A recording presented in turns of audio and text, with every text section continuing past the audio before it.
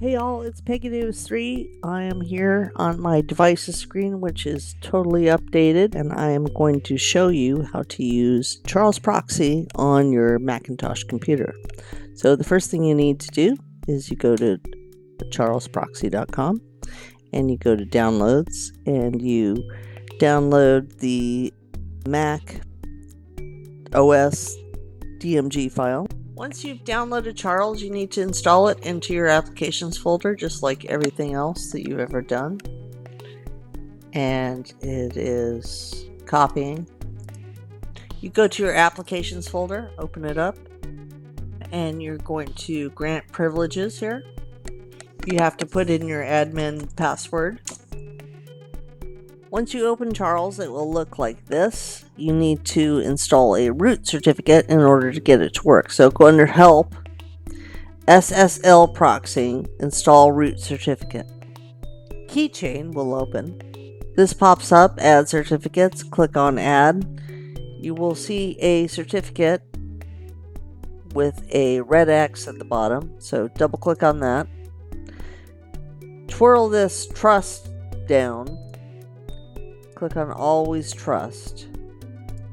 You will probably have to put in your admin password in order to trust that. You can click on Certificates now again, and it will be marked as trusted. Close the keychain, and now you're good to go. To decrypt the incoming and outgoing traffic, you need to change your proxying settings. So go to Proxy.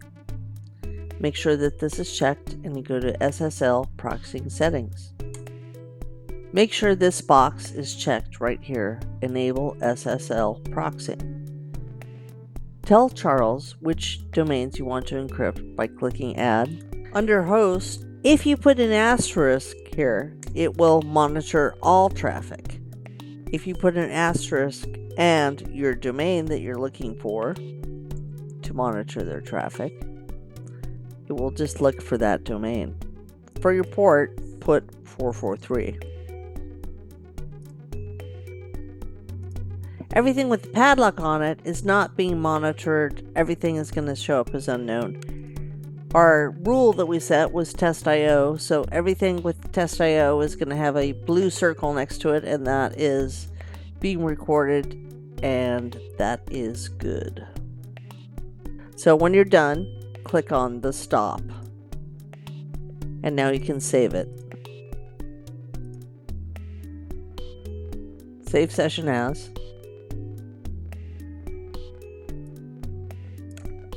test.io.chls, and you can save it wherever it's easy enough to find it. I always put it on the desktop, and that's it. So now I'm going to show you how to do the same thing with your iPhone. On your phone, it's a little bit different. So you go to Settings, select your Wi-Fi connection,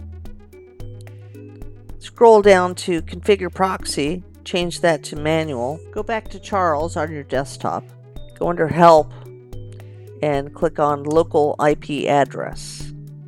So your specific local IP address will be different than mine, but mine is this. So in the server field, I put in 192.168.1.194. For the port, it's always going to be 8888. Now, somebody else could be using that. I haven't run into that, so you're probably safe there. So save that. And then the only other thing we have to do to get Charles to work on your phone is to get a trust certificate. So you want to go to www.charlesproxy.com/get-SSL. So this little gem will pop up. This website is trying to download a configuration profile. Do you want to allow this? Totally, I do. So I'm clicking allow. So then we go back to settings.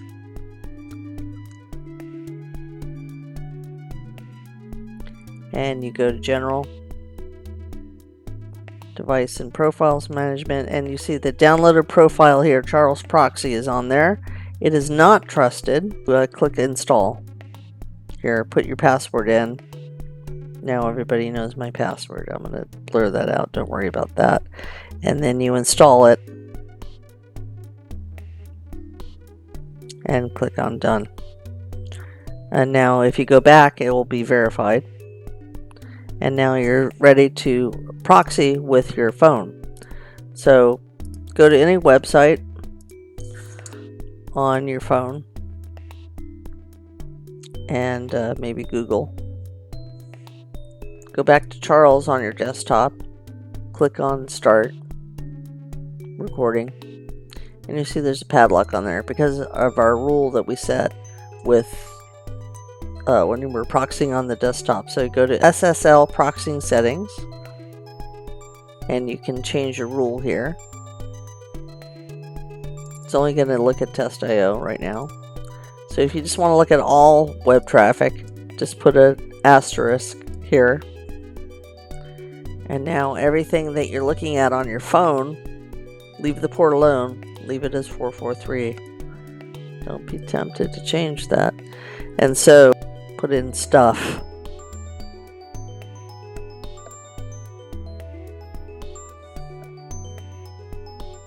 And you'll see that everything, that all the web traffic and etc., including applications, will proxy on Charles. If you have issues, make sure that on both your phone and your computer you are on the same wireless connection. So because sometimes I won't be and I'm having problems, and that's why. Don't forget to reset your phone to proxying settings automatic after you're done, or you're going to be super sad and your phone's not going to be connecting to the internet and you're not going to remember why.